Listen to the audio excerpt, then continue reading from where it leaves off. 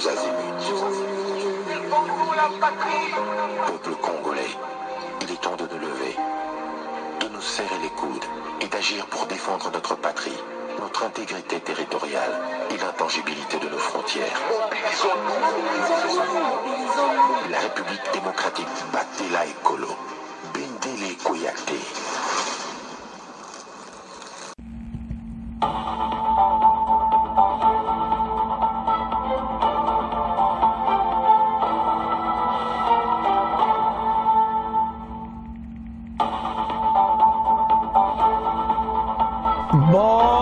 Bonsoir, bonsoir, bonjour, c'est Congo News 24. Bande Konanga, comme toujours avant de commencer notre émission, nous disons merci à Dieu.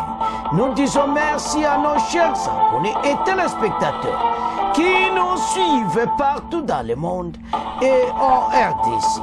Bande Konanga, soyez les bienvenus. À la une, chers téléspectateurs, on va commencer cette émission Bandeko avec discours de Fachi à l'occasion du 20e anniversaire de l'ONU. Bogoyoka, président de la République, en direct Bandeko Nangai. Deuxième point, chers téléspectateurs, réapparition de Kagame à Kigali, Kabila a quitté Goma pour Bukavu. Et Zaya Koinda et si Yindi. Chers téléspectateurs, émission Nebse Bandi et commettant au sol ensemble ma solo Yamboka. Bande Kotoko Bande émission Nebse directement sur message à chef de l'État à l'occasion, il y a 20e anniversaire, il y a Nations Unies. Boyebete RDC a comme membre non permanent des Nations Unies et puis Fachi a co-dirigé l'activité il y a 80e comme vice-président en septembre Oyo il y a 2025 dans les Nations Unies. Alors à l'occasion il y a 20e anniversaire le chef de l'État a fait ce message. Les détails message dans le comment le monde a changé. Il a même parlé de l'intelligence artificielle qui est en train de bouleverser le monde na temps otoza. Bandeko, intelligence artificielle est salamasulu. Donc yoso na ozotikala lukoyeba. Ezo sala ndenge nini. Makamusubo somona yoso mona kakeza réalité mais ça monte directement na intelligence artificielle. Alors à parler en tout cas ya Makambouibili. À expliquer ndenge nini mokili oyo toza ko avancer et puis comment la RDC oyo eza pays solution pour le monde ya climat et ndenge nini et comme membre non permanent ya Nations Unies. Alors bande ko tozo semble likamo très important oyo congolais nyo se fa comprendre que la RDC gouvernement liboso batika ke on a katia libulu un gouffre. Donc, pays mawatro na kata ghetto. Le chef de l'État est comme ça pays na kata ghetto. Pas congolais. Et pas tozala ki zaki mawa. Mais tala lelo. Membre non permanent. Tozongi na position. Bon, une position tozale Mobutu qui va vers 65, 68, 60, 70. En tout cas, à ce moment-là, comment RDC a plus makasi mboka na biso. Tozozonga na position wana. Le pays est komaki mawa.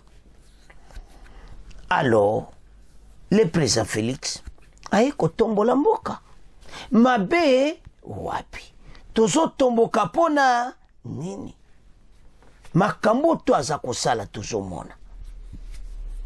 Pays oyo et comme le bama na monde. Bota l'occasion, il y a Nations Unies, fatia du message. Na monde entier, baza kolanda message wana. Pourquoi? Parce que 80e anniversaire, il y a Nations Unies. Totanga, Tolanda. Discours de Fachi à l'occasion du 80e anniversaire de l'ONU suivi RDC membre non permanent. Bandekola RDC membre non permanent. Alors Fachi aeko Jamaluba.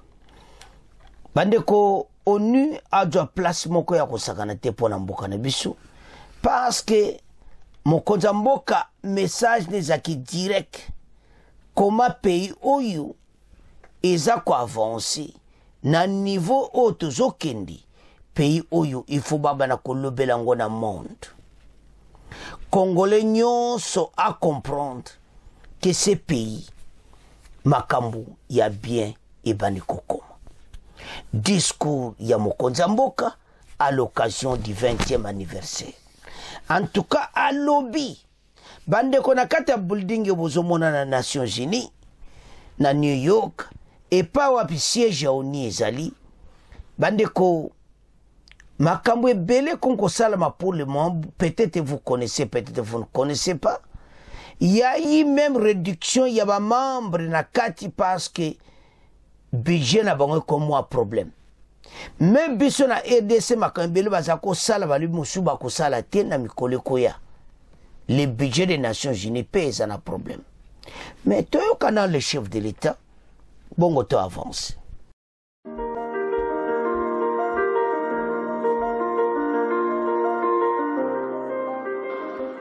Mesdames et messieurs, à l'occasion du 80e anniversaire de la Charte des Nations Unies, je tiens au nom du peuple congolais à rendre hommage à l'idéal de paix, de dignité humaine et de solidarité entre les nations qui a guidé les fondateurs de notre organisation.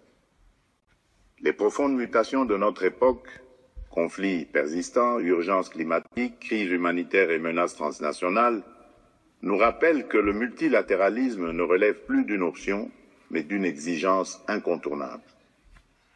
Nous croyons que les réponses aux défis du XXIe siècle ne peuvent émerger que de solutions collectives fondées sur la coopération, la justice et la responsabilité partagée. C'est dans cet esprit que notre pays, récemment élu au Conseil de sécurité pour le mandat 2026-2027, s'engage à défendre une gouvernance mondiale plus équitable, plus inclusive et tournée vers la prévention. Mais il est clair que cette gouvernance ne saurait se renforcer sans une réforme du Conseil de sécurité qui doit refléter les équilibres du monde contemporain et accorder à l'Afrique la place qui lui revient de droit. À l'heure où l'intelligence artificielle et les technologies de pointe redéfinissent nos sociétés, l'humanité franchit un cap historique. Ces avancées offrent des perspectives prometteuses pour le développement, la santé, l'éducation et la gouvernance. Mais elles s'accompagnent aussi de nouvelles formes d'injustice. La compétition autour des minerais stratégiques, les déséquilibres dans l'accès à l'énergie et les pressions accrues sur notre environnement alimentent des tensions croissantes qu'il nous faut affronter avec lucidité. 80 ans après son adoption, la Charte des Nations Unies demeure une référence universelle. Mais pour rester vivante, elle doit s'ancrer dans les réalités contemporaines et porter la voix de celles et ceux que la paix, le développement et les droits humains n'atteignent pas encore pleinement, c'est-à-dire les femmes, les jeunes et tous ceux qui aspirent à une vie digne et équitable. La République démocratique du Congo appelle à un multilatéralisme rénové au service des peuples, enraciné dans la vérité, animé par la justice et cimenté par le respect mutuel. Que vive la Charte des Nations Unies, que vive la solidarité entre les peuples. Je vous remercie. Chers téléspectateurs, nous avons suivi. Tolani mokonza mboka en tout cas kitoko. Parce que pays na biso eza pays moko au centre de l'Afrique. Makambo ebele oyo biso toza nango bamboka musu baza nango ti. Dieu a pesi biso en tout cas bomengo nyonso. Mais ces pays pendant plusieurs années, pendant 20 ans, ezalaki na ghetto. Mais lelo yo comme mon pays n'a pas prononcer un discours occasion à Nations Unies, et puis Nations Unies, to comme membre non permanent, et puis Fati, na septembre, ko diriger, vice-présidence wana, bandeko, na moment moko kitoko. Moment où RDC zone la paix, bande kwa es bavana kimia et puis moment pe ango biso to komi na kati ya masolo place bakata kamakambo. Même si on n'a pas le droit de veto, mais on a le droit de mots ya koloba pe ba yoka pe ba appliquer na vote o esalamaka. Ya onto esaba Congolais tala mondo toza makamba minene obozo mona na mikole koya. C'est à partir de la RDC. Les pays ont une position moko à vitesse. Monde ont une vitesse de fatia lobby. Bisope RDC to ok mena na vitesse. Boye ba eti. Ndenge bozo mona pays ezalelo, le président de la République a sali tout pour to comme à niveau tout ça. Mais il y a des difficultés encore. Ces pays ko bimana ba place nyonso ba tiaki biso. Et ko comme pays moko oyo tokomona la réalité nango na richesse nango. Parce qu'on a tout, mais pourquoi le peuple est en train de souffrir? Le peuple a souffert pourquoi? C'est parce que le gouvernement na nyonso oyo esalaki bazo sale le côté. Il n'avance pas. Alors, ce que tu as la makamango titi nabi e situation yo ndenge zo koma eza ya kosakana te. Donc, ils ont 5 Congolais à Téléma. Et avançons. Tout qui est les bossous. Tout avancer. Pays oyo. Et ça la makamba kitoko. Voilà comment tu peux avancer na yango. Alors, ce qui n'a zota la titi nabi, bah Congolais. Tout ça qu'on avance à rien. Mais parce que ton pays est à la Kimusika. Mais les loyaux, pays est l'ennemi. En tout cas, discours wana est marqué par Tebele. Tika mon abino, to comme kenena. Deuxième point d'abisso. Toko banda avec Kabila, après toko succès na Kagame. Réapparition na yi. Faut balubaki wa akufio boemeto ayi. Donc, tu sais bien que tu as fausse information. Mais commençons avec Kabila. Kabila vient de quitter Goma. Aza mena na Bukavu. Alobi insécurité kuna na Goma. Moi avant na Goma, ezati. Akiko vanda na Bukavu. Selon ba français balobi que même Bukavu wana ako umela te pasa zomona kaka insécurité partout. Alors, ce notala Kabila a comme une situation difficile. Azana posa vanda kaka na RDC kaki vanda libanda. Parce que azabanda kuna somba libanda RDC. Malinko vanda na RDC pourquoi?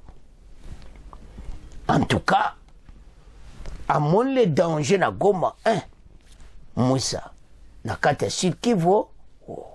Effectivement, il a un danger. Boyebi oyo makambo leki batu boyebi ba secret bimi kelelo yo AFC yaza parmi makambo ebele alobilo kona nyonso boba perde bande kona bango ebele bazana kanda. Alors asali quelques mikonda azalaki na Goma mbala moko ndeto olobawa azana Bukavu. Donc, a komi mutumoko, a komi na situation vanda mabe, vanda merci, okosuka wapi.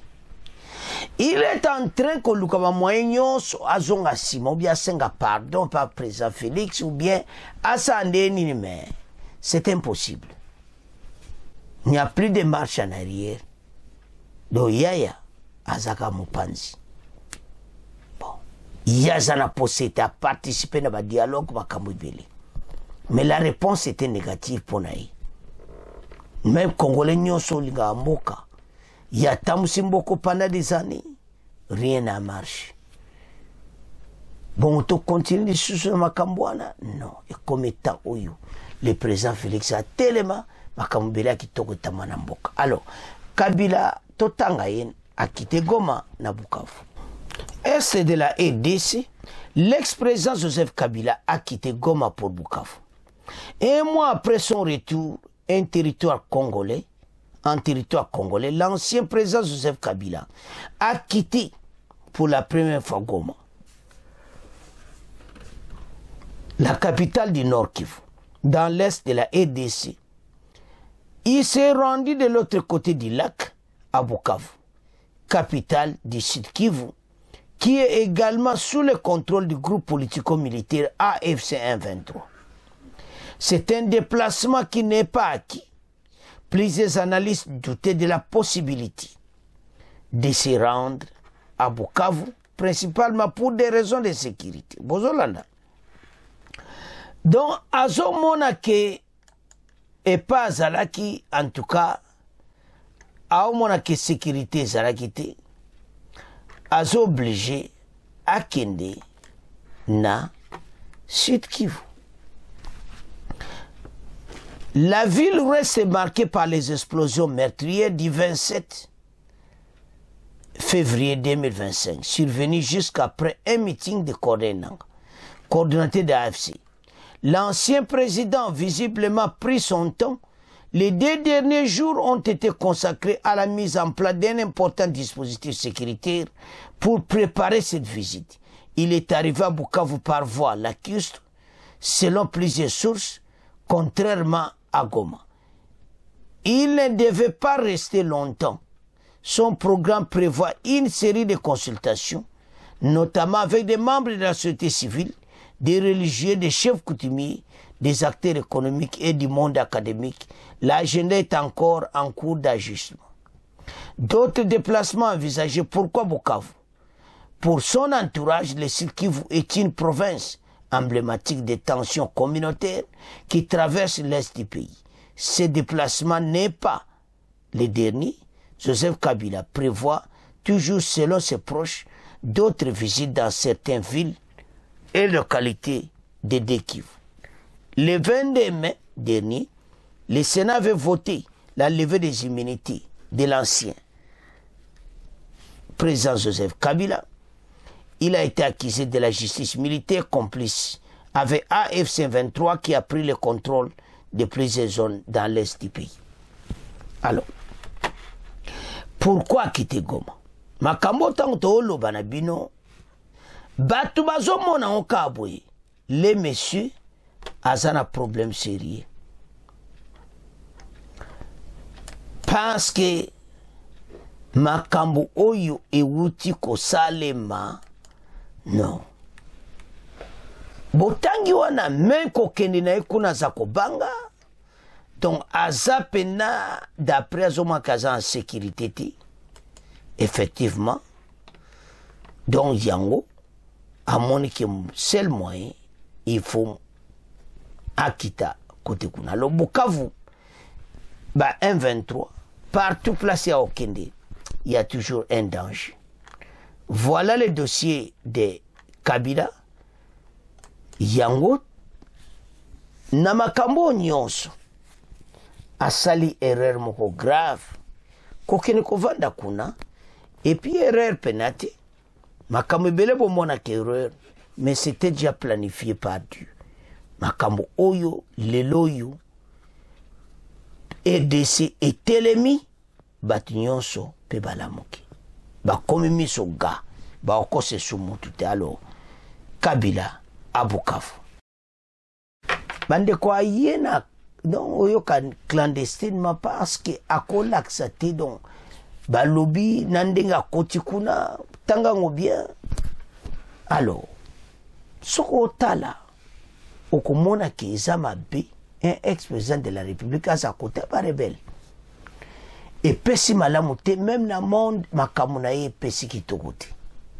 Mais comme il y a des gens qui savent na makambo tundenge lekaki ezande ba américain ba makambo ebele lekaki na mboka na biso les dangers mboka na biso parcourir ezamawa même si yepe po batie sika wana esaka ba américain le batia Kabila batia kiwana maintenant mboka en tout cas bakutone mawatu. Alors RDC bango moko sikoba banda kobongisa ka mboka na ye parce que kuna donc na ebite passe bateau tamba kokende Bukavu wana to regretter parce que baza batu mabe bakotia ko bongsa ngote bakotika pays ka bon. Mais ça fait mal. Alors, bandeko, voilà la situation. En tout cas, Kabila a monique Goma et comment qu'il y a une insécurité pour nous. Il y a un problème là-bas. Parce que Mouto a un problème de Bangate, mais il a un problème maintenant. Alors, tant que tu as la nuance sur un Congolais, la Mouka, tu téléma pour la Mouka. Alors, tout ce qu'on a pour la biso, Oyasuka. Et l'obamie, Kagame a koufio, malade, boy. Ye wana to elibinoye. Azanvi, Obasanjo ya kotalai. Totam. Donc, comme côté gauche, Rwanda, c'est mardi 24 juin 2025. Le président rwandais Paul Kagame a fait une réapparition publique, remarquée à Kigali, en recevant l'ancien président nigérien Olusegun Obasanjo au village de Urugwiru, mettant fin à plusieurs rumeurs sur son état de santé et son absence de la scène publique. Depuis plusieurs jours, des spéculations avaient alimenté des théories sur une possible maladie grave ou même son décès. Lors de cette rencontre, Kagame et Obasanjo ont notamment discuté la crise sécuritaire dans l'est de la RDC. Tata Oyo, Azamingi côté à Kabila, donc l'ex-président nigérien, la proposition a belé Simbagati. Donc, Azan obligation était à comprendre l'état autonomie actuel. Exactement, makambo milliers de villages, oh, bueno. Non, situation toanango, est très dangereuse. Et je sais une intervention moko rapide, makambo bede, alors, ce qui, il y a des gens pareils, et c'est singo, était, biso, tout ça, parce que tout, la situation ya Kagame. Kosi batu. Va discuter makamba RDC. Mais Congolais azawanati. Donc tata oyo aye makambo azakosala. Musomona makambo ondenge zokene. Donc azana problème sérieux et comme étant oyo Congolais, levons-nous ensemble to battre la école na biso. Kagame réapparition to développer Masuru.